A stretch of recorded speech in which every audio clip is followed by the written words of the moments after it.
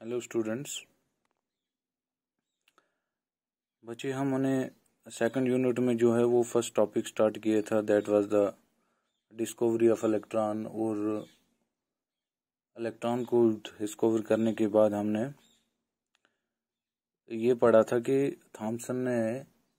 Sir J Thomson ने उसका charge और मास निकालने की कोशिश की, बट उनसे नहीं निकला और फिर उन्होंने चार्ज एंड मास रेशियो निकाली। उसके बाद एक साइंटिस्ट थे जिनका नाम मिल्किन था। उन्होंने क्या किया, मिल्किन ने एक एक्सपेरिमेंट किया कि जिससे वो इलेक्ट्रॉन का चार्ज को कैलकुलेट कर सकते। ठीक है, सबसे पहले हम उस एक्सपेरिमेंट का सेटअप देखेंगे कि उस सेटअप में क्या था, क्या क्या यूज किया उन्होंने और ऐसे उन्होंने कैलकुलेट किया। हालांकि ये चीजें आपके सिलेबस में नहीं है, लेकिन फिर भी हम इसको पढ़ लेते हैं। आपके सिलेबस में सिंपली लिखा हुआ है डिस्कवरी ऑफ इलेक्ट्रॉन, लेकिन हम इसका चार्ज भी फाइंड कर लेते हैं। तो मिल्किन ने क्या किया कि एक अपरेटस लिया जिसमें दो चार्ज प्लेट लिए उन्होंने। एक प्लेट पे पॉजिटिव चार्ज था, तो बच्चे आपको पता ही है कि जो पॉजिटिव प्लेट होती है, चार्ज प्लेट, उसको क्या कहते हैं, एनोड।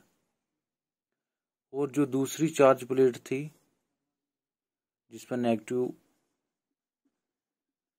चार्ज था, उसे क्या कहा गया, कैथोड।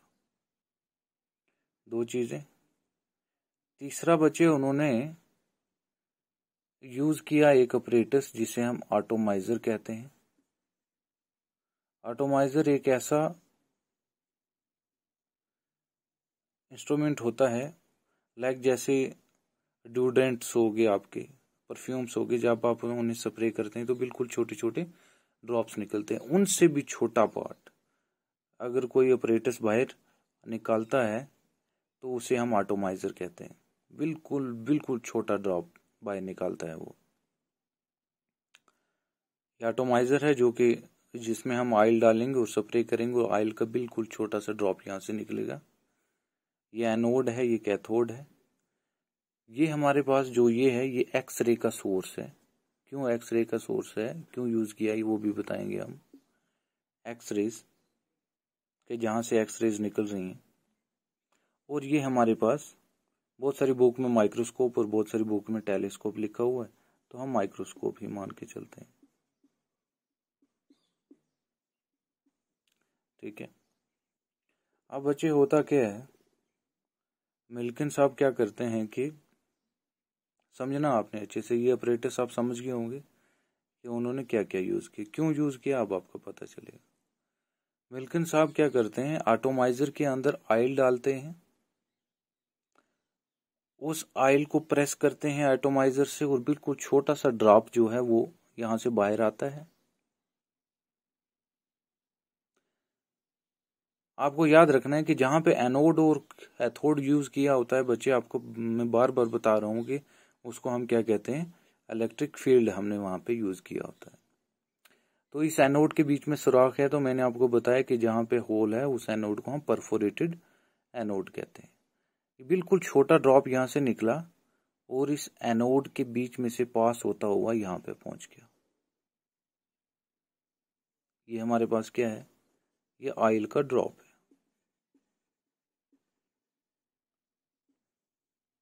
ठीक है बच्चे, और इस ट्यूब के अंदर गैस फिल कर दी, कोई सी भी गैस फिल कर दी। मोस्ट प्रोबेबली जो मिल्किन ने वहां पे गैस यूज की थी वो हाइड्रोजन गैस थी। ठीक है बच्चे, एनोड से पास होके ये ड्रॉप कहाँ आया, इस एनोड और कैथोड के बीच में, मींस इलेक्ट्रिक फील्ड के बीच में आ गया ये ऑयल ड्रॉप। समझना अच्छे से।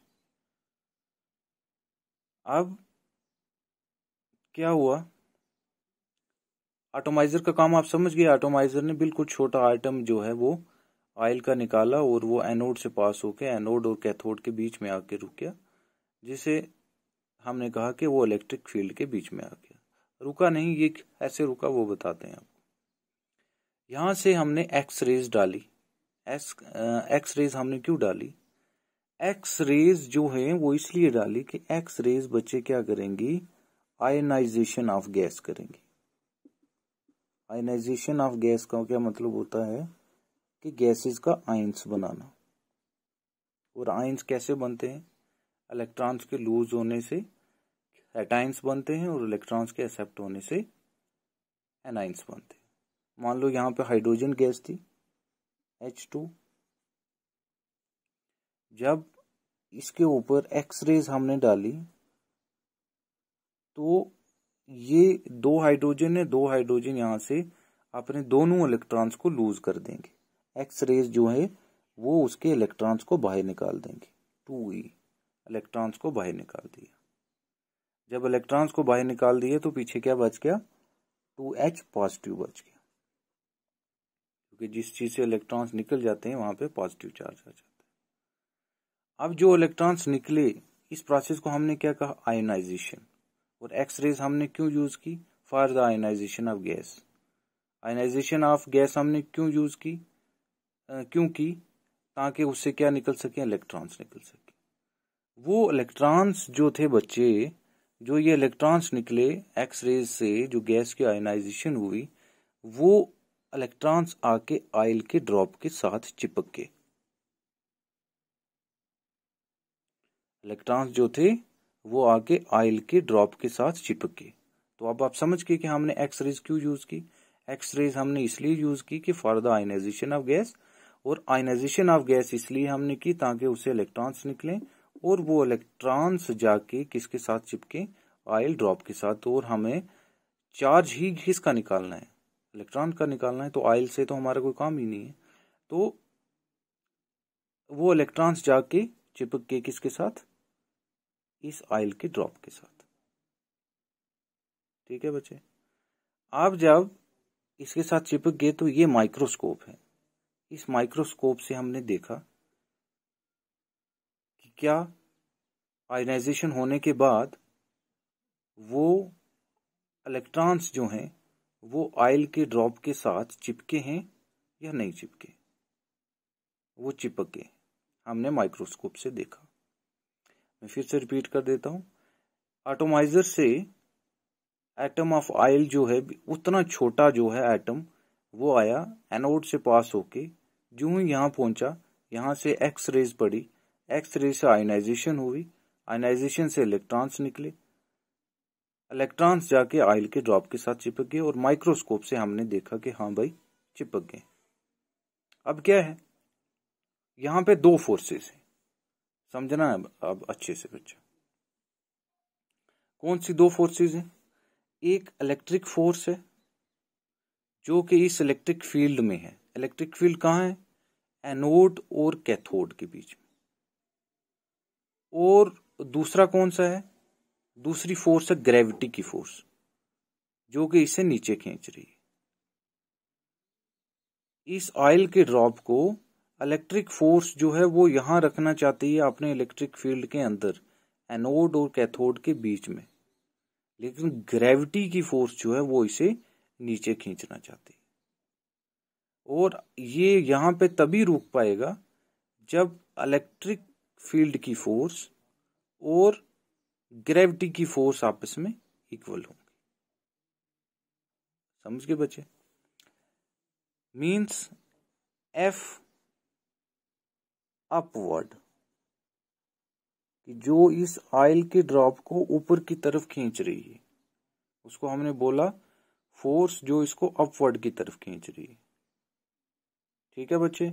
तो वो फोर्स हमारे पास क्या है, उसको हमने रिप्रेजेंट किया Q. Q is the charge of electron and E is the electric field. Q E कौन सी फोर्स इसे ऊपर की तरफ खींच रही है? इलेक्ट्रिक फील्ड की फोर्स जो एनोड और कैथोड के बीच में, उसको हमने रिप्रेजेंट किया ई से, इलेक्ट्रिक फील्ड की फोर्स। और Q is the charge of electron. नीचे कौन सी फोर्स खींच रही है? फोर्स F डाउनवर्ड, वो है G ग्रेविटी की फोर्स, और M is the mass of electron. क्योंकि ग्रेविटी उसी चीज पे एक्ट होती है जिस चीज का कोई क्या होता है? मास होता है। फिजिक्स में आप पढ़ोगे, समझ गए आप? तो मिल्किन क्या कह रहा है कि यहां पे एक्स रे से आयनाइजेशन हुई, इलेक्ट्रॉन जाके यहां पे चिपक गया। अब यहां पे दो फोर्स एक्ट कर रही हैं। एक फोर्स इलेक्ट्रिक फील्ड की एनोड और कैथोड के बीच में, जो इसे यहां रखना चाहती है बीच में, और एक ग्रेविटी की फोर्स है जो इसे नीचे खींच रही है। और मिल्किन साहब कह रहे हैं कि ये यहां पे तभी रुक पाएगा जब ये दोनों फोर्सेस आपस में इक्वल होंगी, मींस इक्विलिब्रियम में होगी, कि जो फोर्स इसे ऊपर खींच रही है इलेक्ट्रिक फील्ड की फोर्स, और जो फोर्स इसे नीचे खींच रही है ग्रेविटी की फोर्स, ये दोनों आपस में इक्वल होंगी। जब ये दोनों आपस में इक्वल होंगी तो ये ऑयल का ड्रॉप ना ही ऊपर जाएगा और ना ही नीचे जाएगा, ये कहां पे रहेगा? सेंटर में रहेगा। मींस कहने का क्या मतलब वो समझ लेना। E is the electric field, Q is the charge of electron, G is the gravity force, and M is the mass of electron. Means वो इक्विलिब्रियम में तब रहेगा जब QE इज इक्वल टू क्या होगा? mg होगा। QE is equal to mg होगा, तभी जाके ये यहां पे इलेक्ट्रिक फील्ड के बीच में रहेगा। नाउ ये एक्सपेरिमेंट मिल्किन साहब क्यों कर रहे थे? In order to calculate the charge of electron. तो चार्ज ऑफ इलेक्ट्रॉन क्या है? Q।